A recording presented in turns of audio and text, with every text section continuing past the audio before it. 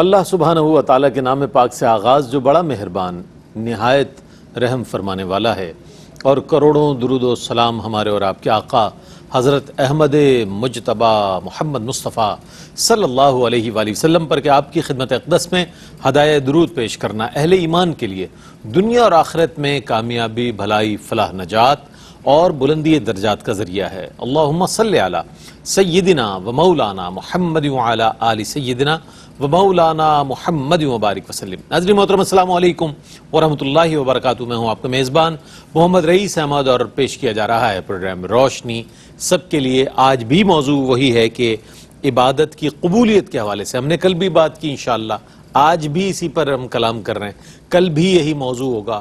انتہائی آسان اور سہل موضوع ہے، اگر اس کو سنجیدگی سے لیا جائے تو ایسا موضوع ہے کہ جس میں ہماری دنیاوی یا ہمارے لیے ثمرات بھی موجود ہیں، اخروی ثمرات بھی موجود ہیں، اور ہماری عبادات کا جو تصور ہے ہمارے ہاں اس کو ہمیں کس طرح سے ادا کرنا ہے، کس طرح سے کرنا ہے کہ وہ قبولیت کے درجے پر چلی جائے، کیا کیا چیزیں اس کے لیے ضروری ہے، اس حوالے سے انشاءاللہ بات کریں گے۔ کل بھی بڑی کمال گفتگو دونوں اسکالرز نے فرمائی، اور آج ماشاءاللہ بہت ہی مقتدر شخصیات ہمارے ساتھ موجود ہیں۔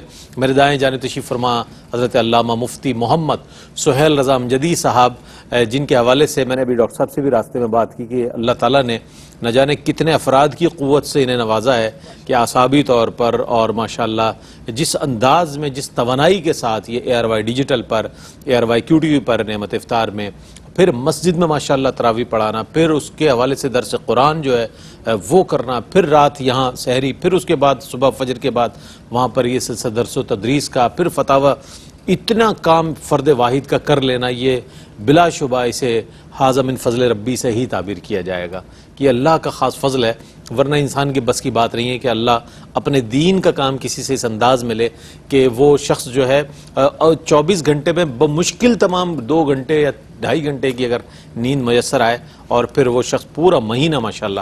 تو علامہ مفتی سہیل رضا امجدی صاحب تشریف فرمائے۔ السلام علیکم ورحمۃ اللہ وبرکاتہ۔ وعلیکم السلام ورحمۃ اللہ وبرکاتہ۔ اور ظاہر ہے انشاءاللہ روشنی میں تو آپ کا ہمارا ساتھ رہتا ہی ہے، لیکن یہ بات مجھے بہت اچھی لگی، اور میں پورا ظاہر ہم آبزرو کرتے ہیں تو دیکھتے ہیں کون کس طرح اپنے اپنے شعبے میں کام کر رہا ہے۔ تو مفتی صاحب کا ایک اپنا تفرد ہے، امتیاز ہے ماشاءاللہ، میں نے عرض کیا، اور ماشاءاللہ ہمارے دوسرے گیسٹ ممتاز و معروف ریلیجس اسکالر اور ایک ایسی شخصیت ماشاءاللہ جو تصوف کے حوالے سے جب گفتگو فرماتے ہیں تو بہت ہی کمال انداز میں قرآن و حدیث کے حوالے سے بھی، تاریخ اسلام کے حوالے سے بھی بہت عمدہ کلام فرماتے ہیں، اور بہت پیاری شخصیت ہیں، اور میرے بہت دیرینہ مشفق اور مہربان ہے ڈاکٹر محمد احمد قادری صاحب۔ السلام علیکم ورحمۃ اللہ۔ وعلیکم السلام ورحمۃ اللہ تعالیٰ وبرکاتہ۔ اچھا، موضوع چونکہ عبادت اور اس کی قبولیت کے حوالے سے ہے، تو عبادت میں ایک حلاوت ہوتی ہے، حلاوت کہتے ہیں مٹھاس کو، یہ مٹھاس کیسے پیدا ہوگی؟ بسم اللہ الرحمن الرحیم، صلی اللہ علیہ وآلہ واصحابہ وبارک وسلم۔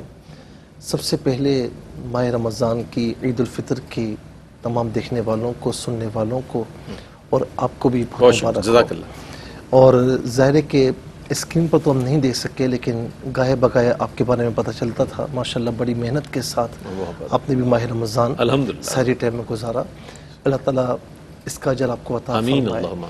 دوسری بات یہ ہے کہ ساری چیزیں اپنی جگہ پر ہیں، لیکن ایک بات یہ ہے کہ اتنا کام کوئی دنیاوی طور پر نہیں کر سکتا، دینی کام ہو تبھی ہو جاتا ہے۔ دینی کا بہت اچھی بات۔ اور پھر ڈاکٹر محمد احمد قادری صاحب جیسے سینئر موجود ہوں، بڑے موجود ہوں، جب تھکاوٹ کے ساتھ ہم پروگرام میں آتے، ان کی زیارت کرتے، اور پھر آپس میں ایسی الحمدللہ جیسے کہتے ہیں کیمسٹری میچ ہوتی ہے، تو تھکاوٹ دور ہو جاتی ہے۔ اور جیسے آپ اور مفتی عامر صاحب اور ڈاکٹر صاحب بیٹھے ہیں تو ماحول وہ کیفیت ہی لگے، اور بندہ ویسے ہی فریش ہو جاتا ہے۔ اور رات میں بھی جب میں آتا تو قبلہ مفتی محمد عامر صاحب موجود ہوتے، ان کے ساتھ بیٹھتے، تو تھکاوٹ الحمدللہ اتر جاتی، کبھی تھک جاتے تو وہ ذرا سی ہمت باندھ دیتے، تو اس طرح معاملات الحمدللہ چلتے ہیں۔ رب العالمین قبول فرمائے۔ دعا ہے، دیکھیں موت کا وقت تو مقرر ہے، دعا ہے کہ جب موت کا وقت ہو تب بھی دینی کاموں میں ہی الحمدللہ۔ اور خوشی کی بات مفتی صاحب یہ کہ چونکہ آپ کا شروع سے قرآن کے ساتھ ایک تعلق ہے، تو موضوع بھی چونکہ قرآن ہی رہا نعمت افطار میں، تو اس پر بڑی کمال گفتگو آپ نے سنی ہوگی۔ اور ظاہر ہے کہ اس میں مفتی محمد عامر صاحب نے جو کنٹینٹ جس طرح دیا تھا، کوئی بڑی محنت کے ساتھ دیا تھا، کمال انداز، بہت متنوع موضوعات، بہت خوبصورت۔ جی، یہ عبادت کا موضوع جو رکھا ہے یہ بڑا عجب موضوع ہے، اور ماہ رمضان سے اس کی خاص نسبت بھی ہے۔ صحیح بات۔ ظاہر ہے کہ ماہ رمضان کے بعد ایک میسج میں نے پڑھا کہ مسلمان بھی بڑا عجیب ہے، ایک چاند دیکھتا ہے تو مساجد کو آباد کرتا ہے، اور ایک چاند دیکھتا ہے تو مساجد کو ویران کر کے چلا جاتا ہے۔ ایسا ہی ہے۔ ضرورت ثمر کی ہے کہ جو عبادت کی حلاوت مٹھاس رمضان میں تھی تو وہ برقرار رہنی چاہیے۔ بالکل۔ اچھا، جس طرح ہم کھانا کھاتے ہیں نا تو بھوک شدید ہے، اب کھانے میں کوئی ذائقہ نہیں، کوئی مٹھاس نہیں، کوئی جیسے کہتے ہیں کوئی چس نہیں ہے، ہاں چس نہیں۔ تو پیٹ تو بھر لیتے ہیں۔ آپ سے کوئی پوچھے کھانا کھایا؟ بھائی کھا لیا، بس یہ بھوک مٹ گئی ہے، لیکن چس نہیں آتی، اس کی جو حلاوت ہے وہ محسوس نہیں ہوتی۔ لیکن اسی کھانے میں حلاوت ہو، اسی کھانے میں چس ہو تو بھوک تو مٹتی ہے، لیکن زبان مدتوں تک وہ ذائقہ، وہ چس بھولتی نہیں ہے۔ اسی طریقے سے جب بندہ اللہ تعالیٰ کی عبادت کرتا ہے نا تو اس کی حلاوت، اس کا ٹیسٹ یا اس کی چس جو ہے نا اس بندے کو آنی چاہیے، یہ ضروری ہے۔ اور اس کے لیے دو چیزیں میں سمجھتا ہوں کہ کمپلسری ہیں۔ نمبر ایک، جو عمل کر رہا ہے اسے اس بات کا ادراک اور احساس ہونا چاہیے کہ وہ کس کی بارگاہ میں جھکا ہوا ہے، کس کی بارگاہ میں کھڑا ہوا ہے، وہ کس کی عبادت کر رہا ہے، اس بات کا ادراک اور احساس اس کے دل میں ہونا چاہیے، یہ بہت ضروری ہے۔ اور دوسرا یہ بھی ہے کہ عبادت کر رہا ہوں، کس کے آگے جھکا ہوں۔ اب مثال کے طور پر جیسے ہم سورہ فاتحہ پڑھتے ہیں نا نماز میں، سورہ فاتحہ پڑھتے ہیں، جب بندہ کہتا ہے الحمدللہ رب العالمین، اس بات کو بھی مد نظر رکھیں کہ جب بندہ تکبیر تحریمہ کہتے ہوئے نماز میں کھڑا ہوتا ہے نا عبادت میں، تو اب کیا ہوتا ہے کہ اس کا کنیکشن اللہ تعالیٰ کی بارگاہ سے جڑ جاتا ہے۔ تو شریعت مطالعہ یہ بات پسند نہیں کرتی جب کنیکشن جڑ چکا ہے تو تیسرا بندہ اس میں حائل ہو، اسی لیے فرمایا کہ نمازی کے آگے سے گزرنا جائز نہیں، دخل اندازی پسند نہیں ہے۔ میں اور آپ کوئی رازداری کی بات کر رہے ہیں، تیسرا بندہ آ جائے، ہم کچھ نہ کہیں برا لگ جاتا ہے۔ تو جب بندہ کہتا ہے نا الحمدللہ رب العالمین، تو اللہ رب العالمین فرشتوں سے فرماتا ہے دیکھو تو صحیح، میرے بندے میری حمد بیان کی، میری تعریف کر رہا ہے، حالانکہ وہ تعریف کا محتاج نہیں ہے۔ جب کہتا ہے الرحمن الرحیم مالک یوم الدین، اللہ رب العالمین یہی فرماتا رہتا ہے، مجھے رحمان کا، مجھے رحیم کہا، مالک یوم الدین، اپنے آپ کو میرے سپرد کر دیا۔ جب یہ کہتا ہے نا کہ ایاک نعبد و ایاک نستعین، تو رب تعالیٰ فرماتا ہے فرشتوں اب اس کے لیے ہے، جو یہ مانگے اسے عطا کر دیا جائے۔ یعنی کیسی جب بندہ یہ تصور کرے نا کہ میں ایسی نماز پڑھ رہا ہوں، کس کے آگے جھکا ہوا ہوں، عبادت کرو ان تصورات کے ساتھ، تو پھر کیا عبادت ہوگی؟ تو پھر حلاوت چس کیسے نہیں آئے گی؟ صحیح ہے نا۔ دوسری بات بہت ضروری ہے کہ بندہ جو بھی کام کر رہا ہو نا، خاص طور پر عبادت، اس سے یہ یقین حاصل ہو، یہ یقین ہو اور پورا وثوق ہو کہ میں کس کی بارگاہ میں کھڑا ہوا ہوں۔ وَاعْبُدْ رَبَّكَ حَتَّى يَأْتِيَكَ الْيَقِينُ، قرآن کہتا ہے عبادت کر اپنے رب کی، لیکن کس کے ساتھ؟ یہاں تک کہ یقین تجھے حاصل ہو جائے، تجھے وثوق حاصل ہو جائے۔ وَاعْبُدْ رَبَّكَ یہاں پر عمل بیان کیا جا رہا ہے، اور حَتَّى يَأْتِيَكَ الْيَقِينُ یہاں پر عبادت کی جو غرض و غایت ہے نا، جو حلاوت ہے وہ بیان کی جا رہی ہے۔ اب حدیث پاک میں آپ نے نہیں پڑھا کہ تَعْبُدُ كَأَنَّكَ تَرَاهُ، نماز پڑھ ایسی، عبادت کر ایسی، کیونکہ عبادت کا مفہوم بڑا وسیع ہے۔ عبادت کر ایسی کہ تو اسے دیکھ رہا ہے، تو اسے دیکھ رہا ہے۔ فَإِن لَمْ تَكُنْ تَرَاهُ كَأَنَّهُ يَرَاكَ، اگر تو اسے نہیں دیکھ سکتا تو کم از کم اتنا تو کر لے کہ وہ تجھے دیکھ رہا ہے۔ اگر عبادت میں یہ وثوق پیدا ہو جائے کہ وہ مجھے دیکھ رہا ہے تو بندہ کبھی حلاوت سے باہر نہیں نکلتا، بندہ کبھی ادھر ادھر نہیں ہوتا۔ جیسے سیدہ عائشہ رضی اللہ تعالی عنہا حضور نبی کریم علیہ السلام کی نماز کی کیفیت، عبادت کی کیفیت بیان فرماتی ہیں۔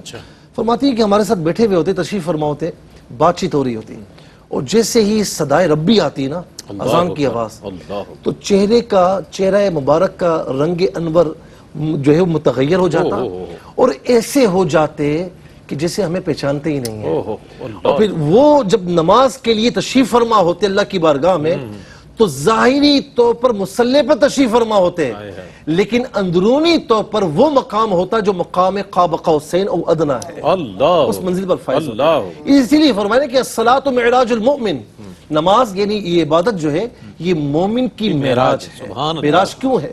کہ بندے کا جو لنک نماز میں جڑتا ہے، اللہ عبادت میں جڑتا ہے، کیا وہ بات کسی اور عمل کے ذریعے جڑ نہیں سکتا۔ اور اخیر میں یہ بات کہوں گا کہ جب یہ یقین ہی نہ ہو کس آگے کھڑے میں ہے، جب یہ جو ہے نا وہ یہ پتہ ہی نہ ہو، ادراک اور احساس ہی نہ ہو کس کی بارگاہ میں ہے، آئے گئے پتہ ہی نہیں ہے، بس ایک فارمیلٹی ادا کر دی تو پھر فرض تو ادا ہو جائے گا، لیکن جو حلاوت ہے، جو چس ہے، وہ حاصل نہیں ہوگی۔ بہت اچھی بات ہے۔ جب آپ نماز پڑھنے کے لیے ارادہ کریں اور آپ یہ سمجھیں کہ حلاوت کیسے ملے گی، تو اس کلپ کو ذرا 2 4 5 10 بار دیکھ لیجئے گا۔ یقین کریں آپ یہ گفتگو سن لیں گے، پھر آپ نماز پڑھیں گے تو پھر آپ کو لطف آئے گا، نماز کی حلاوت عبادت کی محسوس ہوگی۔ ایک وقفہ لیتے ہیں، وقفے کے بعد جب لوٹیں گے انشاءاللہ اسی موضوع کو کنٹینیو کریں گے، ہمارے ساتھ رہیے گا۔ جناب خیر مقدم ہے آپ کا عبادت کی قبولیت کے حوالے سے، بہت ہی عمدہ موضوع اور شاندار موضوع، اور ایک ایسا موضوع کہ نماز پنجگانہ میں کہیں بھی آپ کو یہ خیال آ جائے کہ بھائی قبولیت کیسے ممکن ہے، تو ظاہر ہے اس کے لیے عبادت کی قبولیت کے لیے جو اخلاص کے لیے کن امور کی ضرورت ہے۔ بنیادی طور پر اخلاص بہت ضروری ہے، ظاہر ہے ہر عمل کے لیے، تو کن امور کی ضرورت ہے، میں چاہوں گا اس حوالے سے ڈاکٹر صاحب کچھ ارشاد فرمائیں۔ بسم اللہ۔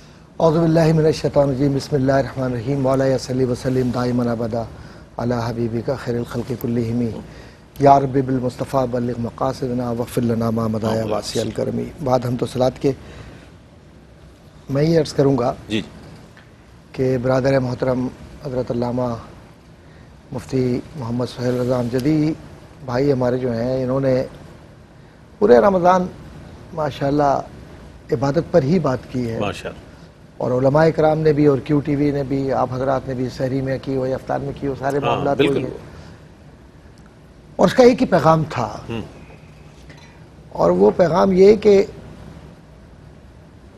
علماء کے چہرے کو محبت سے دیکھنا بھی عبادت ہے، کیا بات، اور پھر اخلاص نیت سے ان سے پیار کرنا وہ بھی عبادت ہے۔ میں نے یہ جملے کیوں کہے، جب میں بہت تھکا ہوا ہوتا تھا اور بالکل افطار کا وقت قریب ہو رہا تھا تو میں مفتی صاحب کے چہرے کو دیکھتا تھا اور مجھے ایک طاقت مل جاتی تھی اس میں الحمدللہ، اور پھر میں کہتا تھا کہ ایک عالم، اچھا ناظرین یہ محسوس کر رہے ہوں گے کہ ابھی تک ہم لوگ رمضان سے باہر نہیں نکلے، نہیں اللہ نہ ہم بالکل نکالے، رمضان کی فضا میں ہیں، اللہ ہمیں نہ نکالے کبھی ہم اس فضا میں موجود ہیں، ابھی وہ سارے اثرات ہم ابھی اس بات سے اس ٹرانس سے باہر نہیں آئے، کیونکہ ظاہر ہے اچھا حیرت کی بات ہے کہ میں بھی تھکا ہوا ہوتا تھا اس وقت۔ سب تھکن میں آپ تو خیر رات دن ماشاءاللہ جتنا آپ نے کام کیا ہے، اللہ تعالیٰ آپ کو سلامتی دے پروردگار۔ مطلب یہ کہ تھکا ہوا تھکے ہوئے کو دیکھے تو تھکاوٹ دور۔ اللہ اکبر۔ اور پھر آپ جیسے حضرات کی وجہ سے تو دین زندہ ہے، آپ لوگ تو مہیو سننا ہے آپ لوگ، کمال۔ تو اصل بات یہ ہے کہ ابھی جو گفتگو میں جو بنیادی بات کہی ہے کہ عبادت میں اخلاص کیوں ضروری ہے، جی اصل میں کاروبار آپ نے کیا دنیاوی اعتبار سے، چلیے دنیاوی اعتبار میں ذرا سوشل بات کر لوں، جی جی جی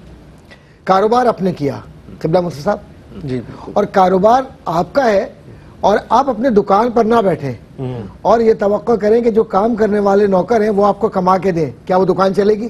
نہیں، تو چلیے دنیاوی اعتبار سے ایک معمولی کاروبار نہیں چلتا، تو جو آخرت کا کاروبار ہے اور آخرت کی زندگی ہے اور برزخ کی تیاری ہے اور یہاں پر بھی پاکیزہ زندگی گزارنی ہے، تو بغیر تیاری کے اور بغیر اخلاص کے اور بغیر وقت کے اور توجہ کے کیسے گزرے گی؟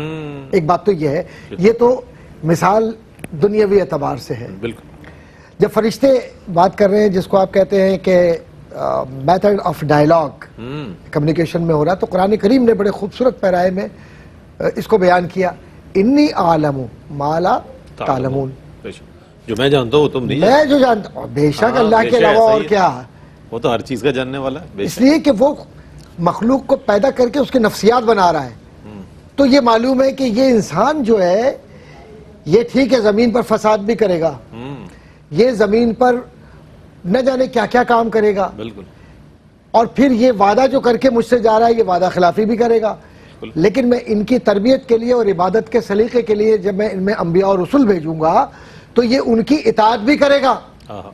تو عابدین و زاہدین اور مفسدین، ان دو کو الگ الگ کر کے یہ بتلا دیا کہ عبادت گزار کیسے ہوتے ہیں۔ عبادت گزار جس وقت اللہ کی راہ میں جاتے ہیں، اللہ کی وفا کی طرف جاتے ہیں، نبی کریم صلی اللہ علیہ وسلم کے کہنے پر لبیک کہتے ہیں، تو ان کا سلیقہ یہ ہوتا ہے کہ روزے سے ہیں، بھوکے پیاسے ہیں، اور ظاہری دنیاوی مال و اسباب بھی ان کے پاس نہیں، لیکن یہ 313 ہزاروں پہ غالب ہیں. اللہ، غزوہ بدر یاد آ گیا سامنے آ گیا. آئے آئے.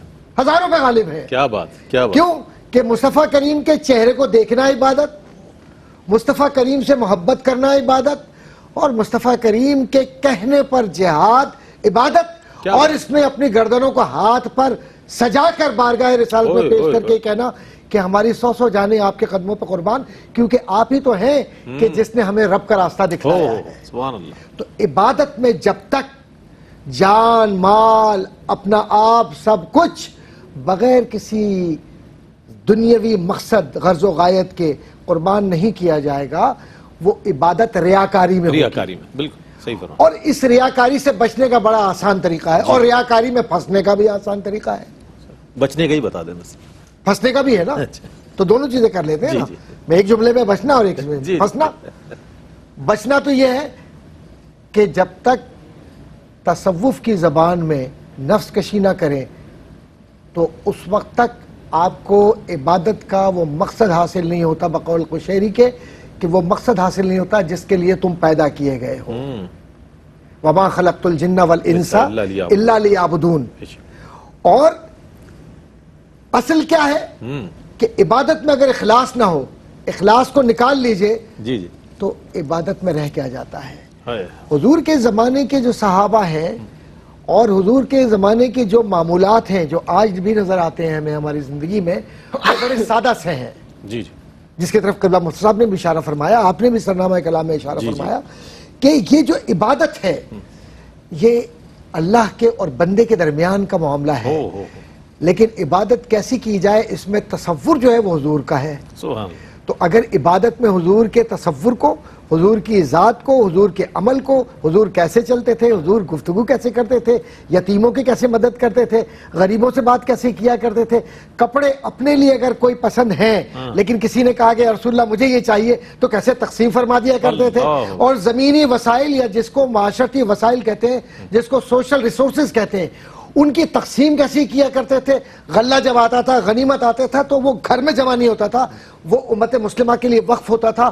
تو اس میں عمال کے لیے، حفاظ کے لیے، علماء کے لیے اور کام کرنے والوں کے لیے اور طلباء کے لیے کیسے کیسے حصے مقرر تھے، اور معاشرے کا کیا حق تھا، بیوی سے کیا سلوک تھا، یہ سب عبادت میں آتا ہے. اس کو الگ کر کے صرف یہ نہ سمجھیں کہ خالی رکوع سجود عبادت ہے. فرد کے ساتھ بات کرنا عبادت، ماں باپ کی خدمت کرنا عبادت، استاد کے لیے پانی رکھنا، گرم پانی رکھنا عبادت، یہاں تک کہ اپنے بھائی کے لیے مسکرا دینا بھی عبادت. عبادت کیا کہنے. عبادت کا تصور مفتی صاحب نے ابتدا میں بہت بنیادی بات ارشاد فرمائی کہ بہت وسعت ہے اس میں، اور اس کو اس وسعت کے جس انداز میں مفتی صاحب نے بیان فرمایا اور اسی حوالے سے ڈاکٹر صاحب نے بھی ارشاد فرمایا، ان چیزوں کو پیش نظر رکھنا ہے ہمیں. صرف یہ نہیں کہ نماز پرفارم کر رہے ہیں، آپ نماز ادا کر رہے ہیں، حج ادا کر رہے ہیں یا دیگر عبادات کر رہے ہیں تو یہ سمجھنا آپ پورا کر رہے ہیں. اس کا تصور بہت وسیع ہے. اچھا ایک چیز اور بھی ہے، ہم نے کلمہ پڑھ لیا، ہم موروثی مسلمان ہیں، آبا و اجداد مسلمان تھے، الحمدللہ ہم مسلمان ہیں. کیا یہ کافی ہے یا یہ کہ ذوق و شوق عبادت کا ہمارا کیسے پیدا ہوگا؟ ہمیں مفتی صاحب اس پر کچھ کلام فرمائیے گا. دیکھیں قبلہ ڈاکٹر صاحب نے بڑی اہم باتیں اخلاص کے حوالے سے ارشاد فرمائی ہیں. جو ذوق و شوق کے حوالے سے آپ نے بات فرمائی، دیکھیں عبادت کا اگر ہم اسے وسیع تر مفہوم کے تناظر میں دیکھیں تو اپنے سر اطاعت کو، اپنے سر کو اطاعت کے لیے اللہ کی بارگاہ میں سرنڈر کر دینا، جھکا دینا، اپنی پیشانی کو جھکا دینا، یہ عبادت ہے. اور اس میں سب سے بڑی رہنمائی قرآن کریم کی یہ آیت کریمہ کرتی ہے، یا ایھا الناس اعبدوا ربکم، کہ لوگوں اپنے رب کی عبادت کرو. اچھا کیوں؟ کیا ریزن ہے کیوں عبادت کرو؟ یا ایھا الناس اعبدوا ربکم الذی خلقکم والذین من قبلکم لعلکم تتقون. اس کی عبادت کرو جس نے تمہیں پیدا فرمایا، انسان کی حیثیت بتا دی، اور ہاں اس لیے پیدا کرو. صرف تمہیں پیدا نہیں فرمایا، تم سے پہلے جو تم سے پہلے تھے ان کو پیدا فرمایا. کیا بات. اور عبادت کرنے سے تمہیں حاصل کیا ہوگا؟ لعلکم تتقون، تاکہ تقوی پیدا ہو جائے گا، اللہ کا ڈر، اللہ تعالیٰ کا خوف پیدا ہو جائے. یہاں پر بات ہو رہی ہے احسان کی، کہ بڑی مشہور ضرب المثل ہے، عربی کہاوت ہے کہ الانسان عبد الاحسان، انسان احسان کا بندہ ہے. احسان کا بندہ. دنیا میں رئیس بھائی جو کبھی آپ پر احسان کرے، اگر آپ میں ظرف ہے ماشاءاللہ تو آپ ہمیشہ اس کی قدر کریں گے، اس کی قدر و منزلت آپ کے دل میں رہے گی، اور آپ کی یہ کوشش ہوگی کہ یار میں بھی اس کے ساتھ کچھ نہ کچھ نیکی کر جاؤں. ٹھیک ہے نا؟ یہ ایک علیحدہ بات ہے کہ بے ظرف آدمی ہو تو اسے کچھ پتہ نہیں ہوتا. الجزاء الاحسان الا الاحسان کا بھی یہی مفہوم. جی جی، ایسے بھی لوگ ہوتے ہیں کہ جی احسان کا دریا میں ڈال، جی نیکی کر دریا میں ڈال. جی جی، اور آج کہتے ہیں کھڈا کھود کے اس کو دفن کر دے نیکی کو. مولا علی رضی اللہ تعالیٰ عنہ فرماتے ہیں کہ جس کے ساتھ نیکی کرو اس کی شر سے بچو، احسان کرو شر سے بچو. لیکن ظرف والا آدمی ہے وہ ہمیشہ جھکتا ہے کہ نہیں یار اس نے مجھ پر احسان کیا ہے. تو ذرا غور کیجئے کہ اللہ رب العالمین کی کتنے احسانات ہیں. الذی جعل لکم الارض فراشا، اس نے زمین کو تمہارے لیے بچھونا بنایا ہے. وَأَنزَلَ مِنَ السَّمَاءِ مَاءً، اس نے آسمان سے تم پر پانی برسایا ہے. فَأَخْرَجَ بِهِ مِنَ الثَّمَرَاتِ، اس میں سے پھل نکالے ہیں. کیوں؟ رزقا لکم، تمہیں رزق عطا فرمانے کے لیے. فَلَا تَجْعَلُوا لِلَّهِ أَندَادًا، اس کے سوا کسی اور کی پوجا نہ کرنا. وَأَنْتُمْ تَعْلَمُونَ، تم جانتے ہو کہ تمہارا رب کون ہے. اچھا مفتی صاحب، بہت خوبصورت آپ آیات اور اس کا مفہوم بیان فرما رہے ہیں. دل نہیں چاہ رہا یقین کریں جس انداز میں مفتی صاحب قرآن پڑھتے ہیں، اس کا ترجمہ پیش کرتے ہیں، ایک بہت اچھا تسلسل ہے، یہ جاری رہے گا. ایک وقفہ ہے، وقفے کے بعد لوٹیں گے انشاءاللہ. آپ کا ہمارے ساتھ رہے گا. جی جناب، خیر مقدم ہے آپ کا. عبادت کی قبولیت موضوع ہے، اور مفتی صاحب نے بہت ہی خوبصورت آیات بینات جس میں زمین کو اللہ نے فرش بنا دیا، آسمان سے پانی برسا دیا، وہ خوبصورت آیات اور ان کے تراجم پیش فرما رہے تھے. جواب کو مکمل انشاءاللہ فرمائیں گے مفتی محمد سہیل اعظم. تو میں عرض کر رہا تھا کہ جعل لکم الارض فراشا، زمین کو بچھونا کس نے بنایا، کس کے لیے؟ اس نے بنایا تمہارے لیے. والسماء بنا، آسمان کو جو ہے صاحبان بنایا کس نے؟ اس نے بنایا. کس کے لیے؟ تمہارے لیے بنایا. آسمان سے پانی کیوں برسایا؟ تمہارے لیے. زمین سے پھل فروٹ کیوں نکالے؟ تمہارے لیے نکالے. اسی طریقے سے آپ یہ دیکھیں کہ انسانی پیدائش کا پورا ایک خاکہ رب تعالیٰ نے قرآن کریم میں کئی مقامات پر بیان فرمایا. فَإِنَّا خَلَقْنَاكُم مِّن تُرَابٍ ثُمَّ مِّن نُطْفَةٍ ثُمَّ مِّن عَلَقَةٍ ثُمَّ مِّن مُضْغَةٍ، پورا پروسیس بتا دیا. مخلقۃ وغیر مخلقہ، یعنی آپ یہ دیکھیں مٹی سے پیدا فرمایا، اس کو نطفہ بنایا، نطفے کو پھر خون کا لوٹھڑا بنایا، اس کو گوشت کا ایک ٹکڑا بنا دیا، پھر چاہا تو اس میں جان پیدا فرمائی، چاہا تو نہیں پیدا فرمائی تاکہ تمہارے سامنے نشانیاں ظاہر ہوں. وَنُقِرُّ فِي الْأَرْحَامِ مَا نَشَاءُ إِلَىٰ أَجَلٍ مُّسَمًّى، پھر ماں کے رحم میں جتنا مدت چاہیے رکھی. پھر فرمایا کہ ثُمَّ نُخْرِجُكُمْ طِفْلًا ثُمَّ لِتَبْلُغُوا أَشُدَّكُمْ ثُمَّ لِتَكُونُوا شُيُوخًا. تین مدارج بیان فرمائے. تمہیں بچپن کس نے عطا فرمایا، جوانی کس نے عطا فرمائی، بڑھاپا کس نے عطا فرمایا. پھر فرمایا کہ پھر بڑھاپے سے پہلے کوئی انتقال کر جاتا ہے. وَمِنْكُمْ يُتَوَفَّى وَمِنْكُمْ مَنْ يُرَدُّ إِلَىٰ أَرْذَلِ الْعُمُرِ، اور کسی کو بڑھاپا عطا فرمایا. ٹھیک ہے نا؟ اسی طریقے سے سورہ نحل اٹھا کر پڑھیں. وَلَكُمْ فِيهَا جَمَالٌ حِينَ تُرِيحُونَ وَحِينَ تَسْرَحُونَ وَالْأَنْعَامَ خَلَقَهَا لَكُمْ فِيهَا دِفْءٌ. یہ چوپائے کس کے لیے پیدا فرمائے؟ تیرے لیے پیدا فرمائے. یہ سارا کبھی آپ نے دیکھا ہے کہ کوئی اتنا بڑا اونٹ کسی انسان کو لگام لگائے چل رہا ہو؟ کبھی دیکھا ہے؟ لیکن یہ دیکھا ہوگا کہ ایک انسان اپنے سے کئی گنا بڑے اونٹ کو، جانور کو لگام لگائے کھینچ رہا ہوتا ہے، سامان اس کے اوپر لادا ہوا ہوتا ہے. ٹھیک ہے نا؟ یہ ساری چیزیں، سارے احسانات کس کے؟ اللہ رب العالمین کے بندے پر. تو الانسان عبد الاحسان، انسان احسان کا بندہ ہے. ٹھیک ہے نا؟ تو احسان کا تقاضا یہ ہے کہ ہم اسی کی بارگاہ میں جھکیں، اسی کی بارگاہ میں عبادت کریں جس کے احسانات ہیں. اور دوسری اہم بات، میں بات کو اخیر میں لے جا رہا ہوں، دوسری بڑی اہم بات ہے کہ انسان جو ہے، جس طرح میں نے عرض کیا کہ اشرف المخلوقات ہے. ایک شیخ سعدی رحمۃ اللہ تعالی علیہ نے فرمایا کہ ایک بندہ ایک بکری کو لے کر جا رہا تھا. بندہ جہاں جائے بکری وہاں جائے. تو کسی نے کہا کہ یہ کمال رسی کا ہے.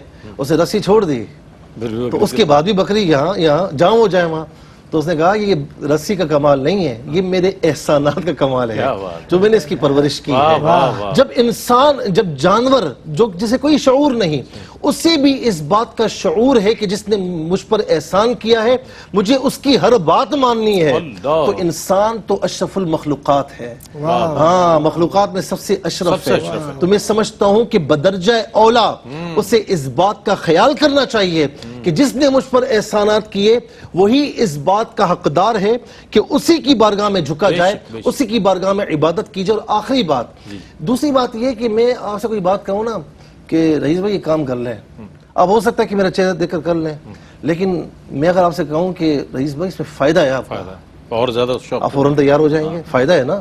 تو انسان کو اللہ تبارک و تعالیٰ نے جتنے احکامات بطور عبادت دی ہیں، نماز، روزہ، حج، زکوٰۃ، یہ ایثار، یہ بھائی چارگی، یہ خدمت خلق، یہ ساری چیزیں، صبر، شکر وغیرہ وغیرہ، جو بھی جتنے بھی احکامات بطور عبادت دیے نا، اس میں اللہ تعالیٰ کا کوئی فائدہ نہیں ہے، اس میں سراسر فوائد انسان کے لیے ہیں، تو جس میں فائدہ ہو اسے اختیار کرنا چاہیے۔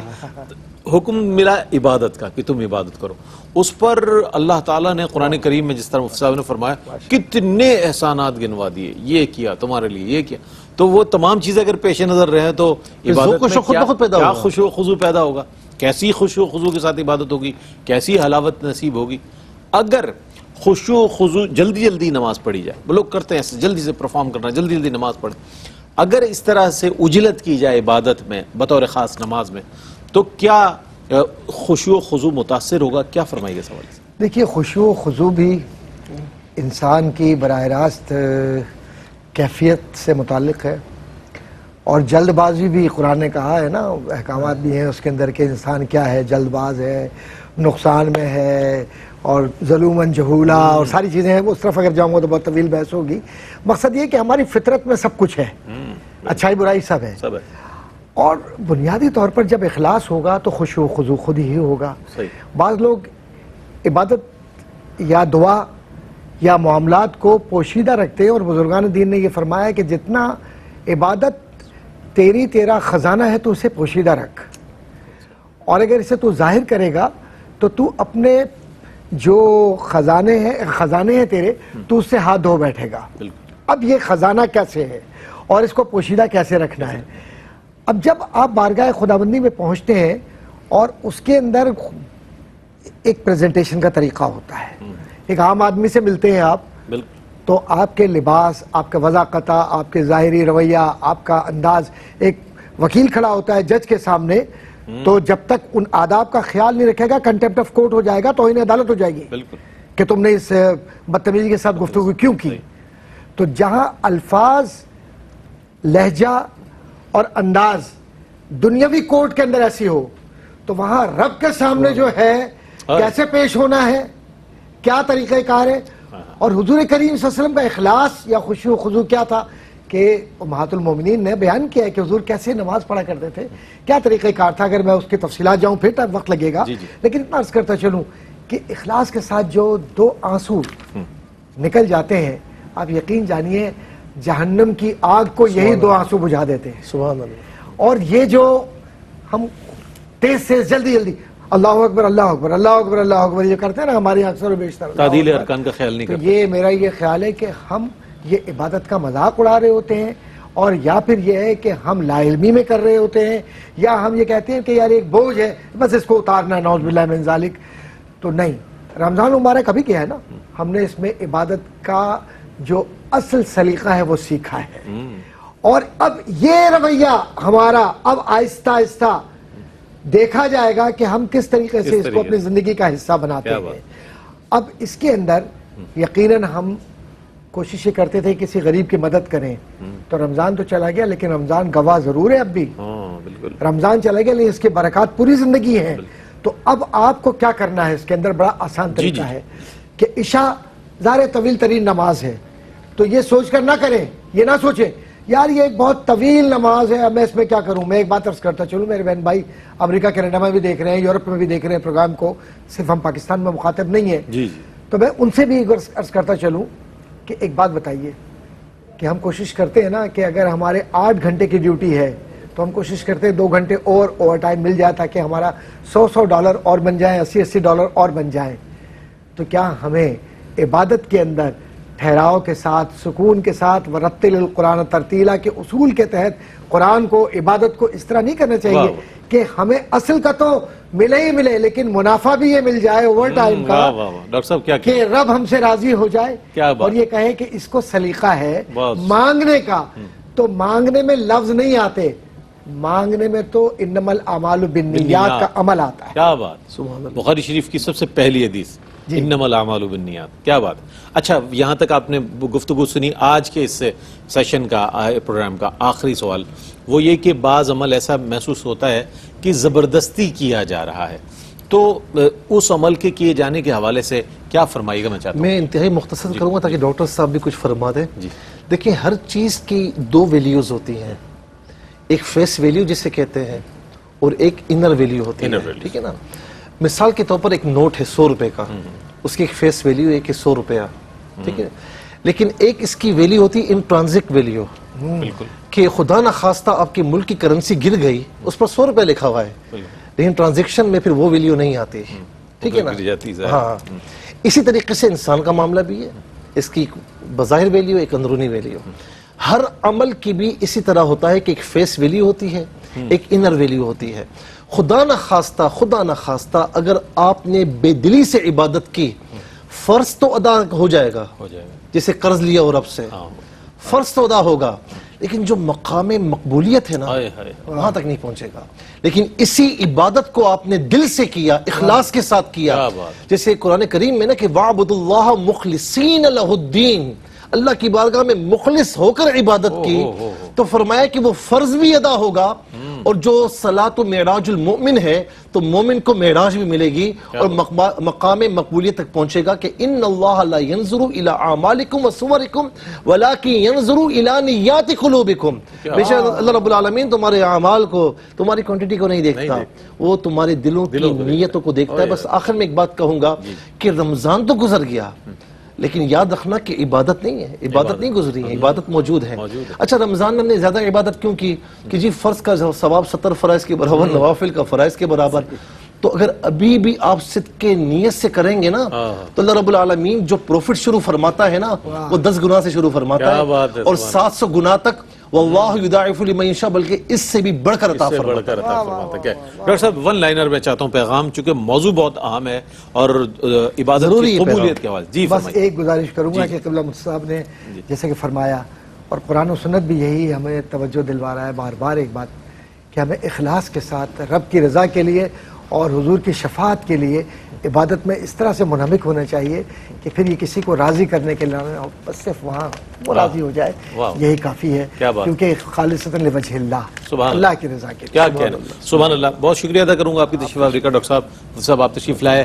ناظرین محترم, آج کا پروگرام آپ کے حوالے کرتے ہیں اس نیت کے ساتھ اور اس ارادے کے ساتھ کہ انشاءاللہ اس پروگرام کو دیکھنے کے بعد جب آپ اگلی نماز پڑھیں گے تو اس میں بہت سی چیزیں پیش نظر رہیں گی کہ کیا کیا گفتگو ہوئی, کس کس انداز میں ہوئی, اور ایمان کی سلامتی کی دعا کیا کریں, اور عبادت میں اخلاص کے لیے دعا کریں کہ عبادت میں اللہ تعالیٰ اخلاص پیدا فرمائے تاکہ عبادت کی حلاوت ہمیں محسوس ہو, اور شریعت مطہرہ پر عمل کرنے کی اللہ تعالیٰ ہمیں توفیق عطا فرمائے. اور ڈاکٹر صاحب نے ایک بات درمیان میں ارشاد فرمائی تو میں علامہ اقبال کے شعر پر اختتام کروں گا کہ شوق تیرا اگر نہ ہو میری نماز کا امام, شوق تیرا اگر نہ ہو میری نماز کا امام, میرا قیام بھی حجاب میرا سجود بھی حجاب. اس کے ساتھ ہی اپنے میزبان محمد رئیس احمد کو اجازت دیجیے. اللہ حافظ. ناظرین, اگر آپ ایسی ہی مزید ویڈیوز دیکھنا چاہتے ہیں تو ہمارا ARYQ-TV کا چینل سبسکرائب کیجئے اور بیل آئیکن کا بٹن دبانا نہ بھولیے تاکہ آپ سے کوئی پسندیدہ پروگرام مس نہ ہو جائے.